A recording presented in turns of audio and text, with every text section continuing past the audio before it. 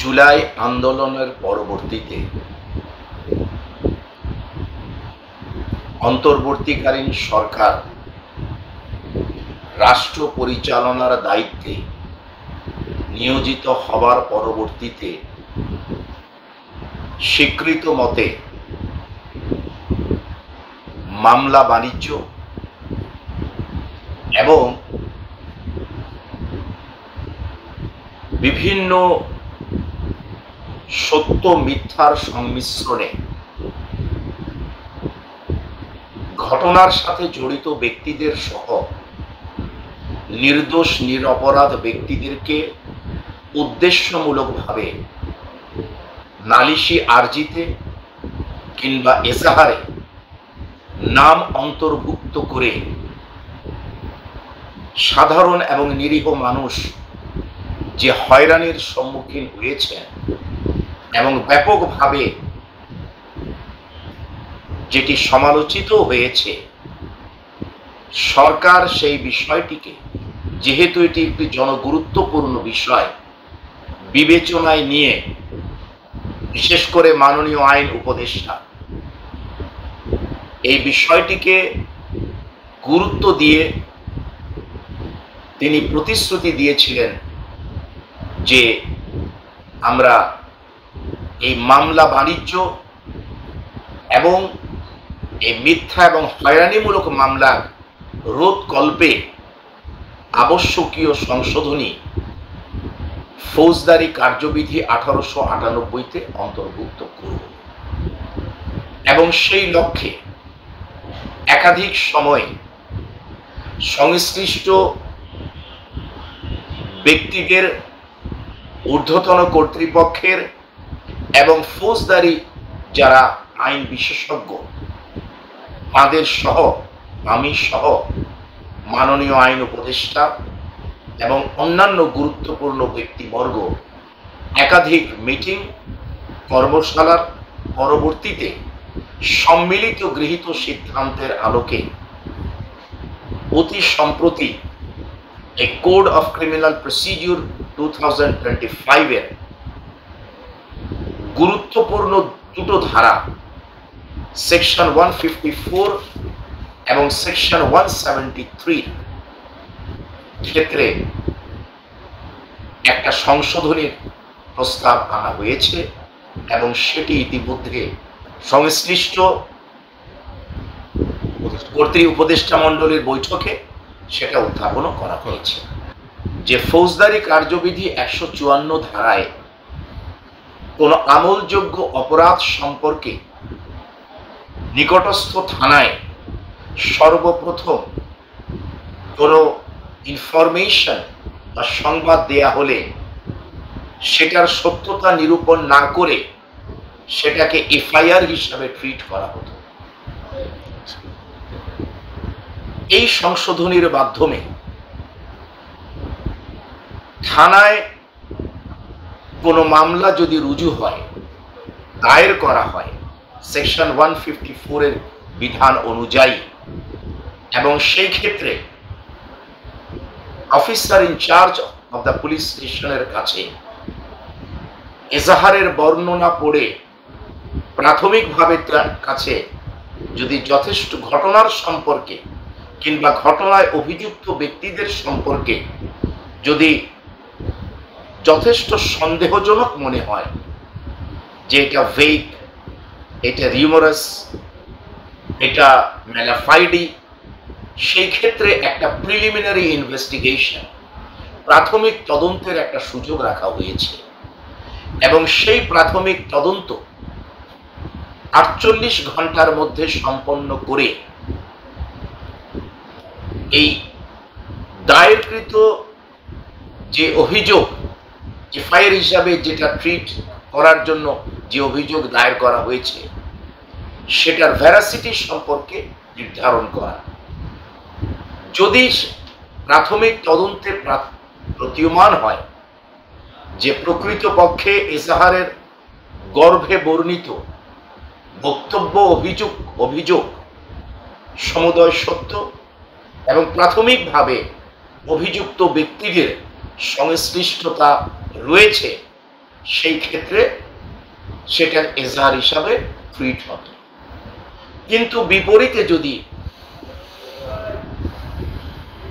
প্রাথমিক তদন্তে প্রমাণিত হয় যে প্রকৃতপক্ষে এই ঘটনাটি সত্য নয়, এটি মানহানিকর, উদ্দেশ্যমূলক এবং হয়রানিমূলক, সেই ক্ষেত্রে তিনি তার ডায়েরিতে অন্তর্ভুক্ত করে একটা নোট প্রদান করে এবং এফআইআর হিসাবে ট্রিট না করে সেটি তিনি ইনফরমেন্টকে যথানিয়মে তিনি প্রাথমিক তদন্তের ফলাফল সম্পর্কে তিনি জানিয়ে দেবেন। আরেকটি হচ্ছে, যদি সেই অভিযোগের আংশিক অভিযোগ সত্য হয়, আংশিক অভিযোগ অসত্য হয়, তাহলে ওই আংশিক অভিযোগ যা কিনা অসত্য, সে অসত্য অভিযোগের সম্পর্কে তিনি যথানিয়মে সেটাকে লিপিবদ্ধ করে সেটি প্রক্রিয়া করে প্রসেস করে ডিউ প্রসেসে, তখন সেই ক্ষেত্রে যে অংশটুকু সত্য এবং যাদের কনসার্নড কমপ্লিসিটি বা অভিযোগগুলো এসেছে, সেই ক্ষেত্রে যথানিয়মে আইনানুগ ব্যবস্থা, অর্থাৎ আমলযোগ্য অপরাধের ক্ষেত্রে যেই প্রসিডিউরটা রয়েছে এফআইআর হিসাবে করা, সেই ক্ষেত্রে তিনি প্রসিড করবেন। তবে যাদের বিরুদ্ধে অভিযোগটি অসত্য প্রমাণিত হয়েছে প্রাথমিক তদন্তে, তাদের অংশটুকু বাদ দিয়ে। এটা কি তদন্তকারী কর্মকর্তা করতে পারবে নাকি ঊর্ধ্বতন কোনো পুলিশ কর্মকর্তার নির্দেশে এটা? প্রথম বিষয়টি হলো যে সেকশন 154-এ আমরা যদি দেখি, এই 154-এর যে আবশ্যকীয় যে সংশোধনীটা আমরা যদি দেখি, সেটি হলো যে এই আইনের অধীনে officer in charge of the police স্টেশনকে ক্ষমতাটি দেওয়া আছে। কখন? যদি সেটা প্রাইমে ফেসি, যদি ভেগ হয়, হিউমারাস হয়, ফ্রিভোলাস হয়, অথবা ভেক্সেশাস হয়, এই সমস্ত কারণে এটা ভ্যারাসিটিটাকে এক্সামিন করার জন্য, পরীক্ষা করার জন্য, নিরূপণ করার জন্য, অ্যাসার্টেইন করার জন্যই এই প্রাথমিক তদন্তের উদ্দেশ্য, যা ইতিপূর্বে ছিল না। আপনি বলতে চাচ্ছেন যে আগে যে কেউ থানায় যে কোনো অভিযোগ নিয়ে গেলে থানা সেটা গ্রহণ করতে বাধ্য ছিল, কোনো তদন্ত ছাড়াই? সেকশন 154-এর বিধান অনুযায়ী ইতিপূর্বে আমলযোগ্য অপরাধ সম্পর্কে নিকটস্থ থানায় কোনো অভিযোগ দায়ের করা হলে থানা কর্তৃপক্ষ বিনা প্রশ্নে সেই ইনফরমেশনকে এফআইআর হিসাবে ট্রিট করতে আইনত ও ন্যায়ত বাধ্য ছিল। কিন্তু এই সংশোধনের মাধ্যমে প্রিলিমিনারি ইনভেস্টিগেশনের একটা সুযোগ দেওয়া হয়েছে, যদি officer in charge of the police station মনে করেন ওই আইনের ধারায় উল্লেখিত কারণে যে এটাকে অ্যাসার্টেইন করা দরকার ভ্যারাসিটি, তখন সেই ক্ষেত্রে প্রিলিমিনারি ইনভেস্টিগেশন হবে। এর অর্থ এই নয় যে প্রত্যেকটা এফআইআর দায়ের করার যখন যাবেন বা ইনফরমেশন নিয়ে যাবেন প্রত্যেকটার, এটা ডিপেন্ডস অন দি আপনার officer in charge of the police station, তার উপরে তিনি যখন পড়ে দেখবেন তাকে যদি মনে হয়। এটা তো অপব্যবহারও হতে পারে ক্ষমতাটা।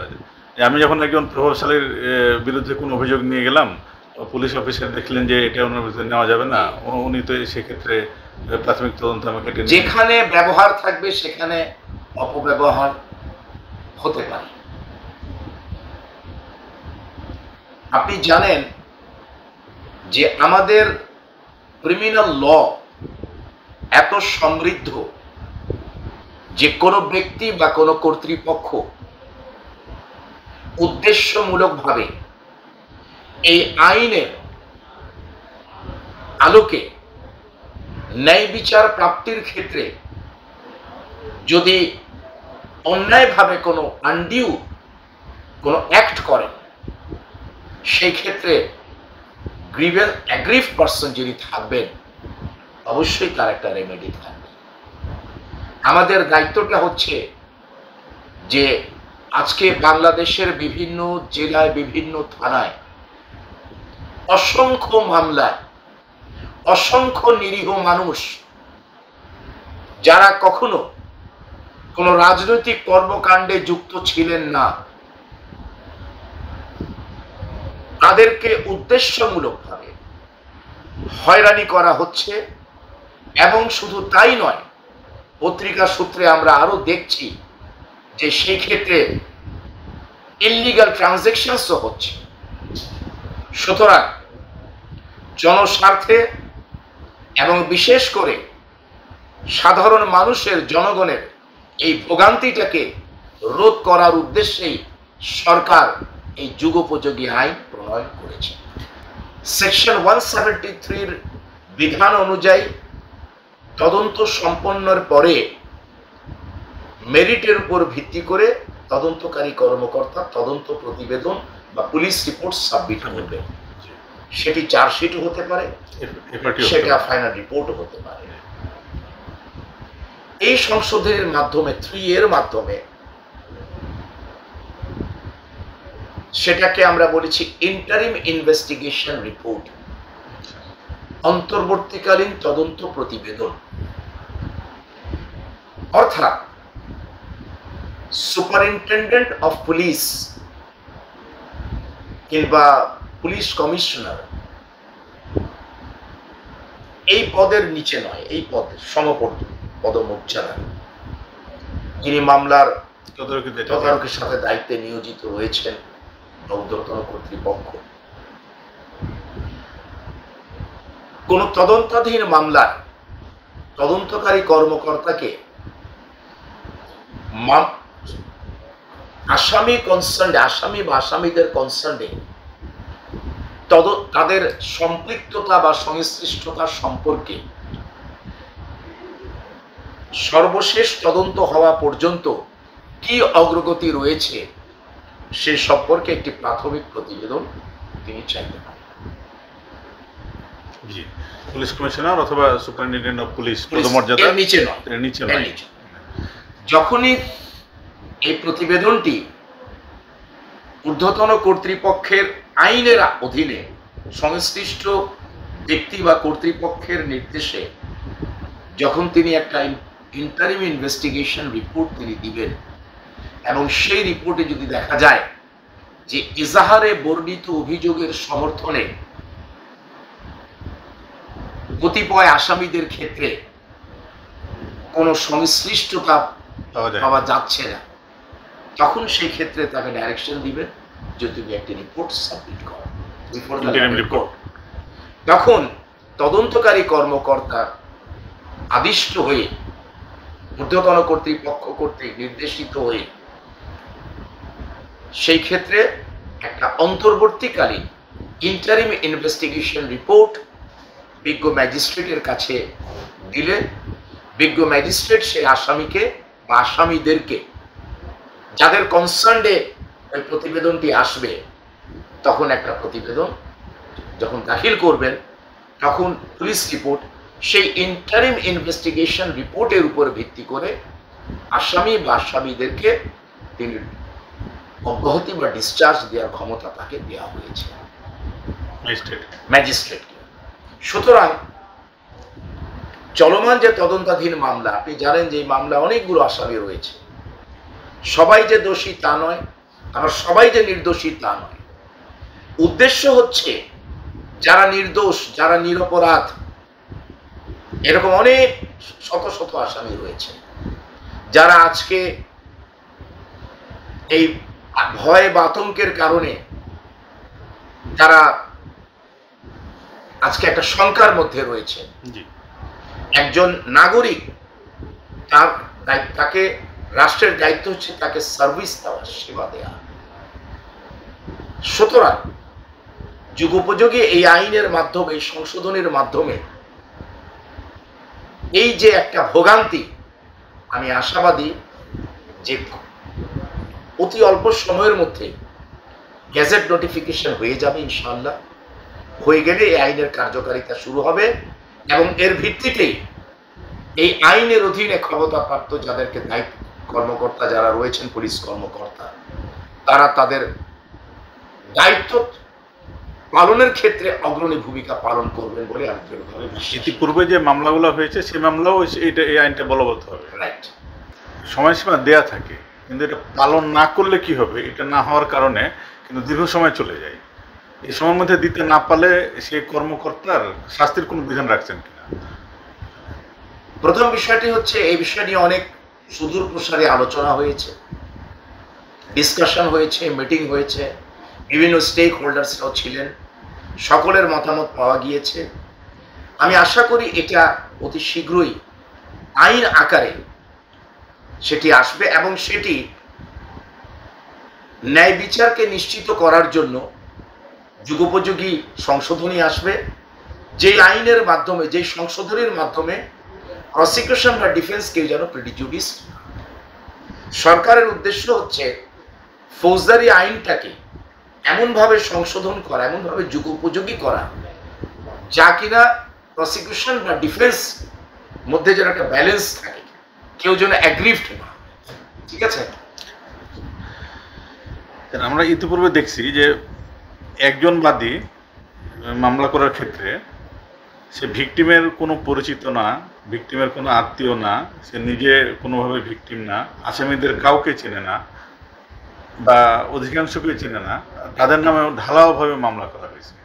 এক্ষেত্রে বাদীকে মিথ্যা মামলার জন্য কোনো শাস্তি, এই জাতীয় মামলা সমূহকে রোধ করার জন্য, রাষ্ট্রের খরচকে কমানোর জন্য একটা অপব্যয়, স্টেটের একটা অপব্যয় হচ্ছে, এটাকে রোধ করার জন্য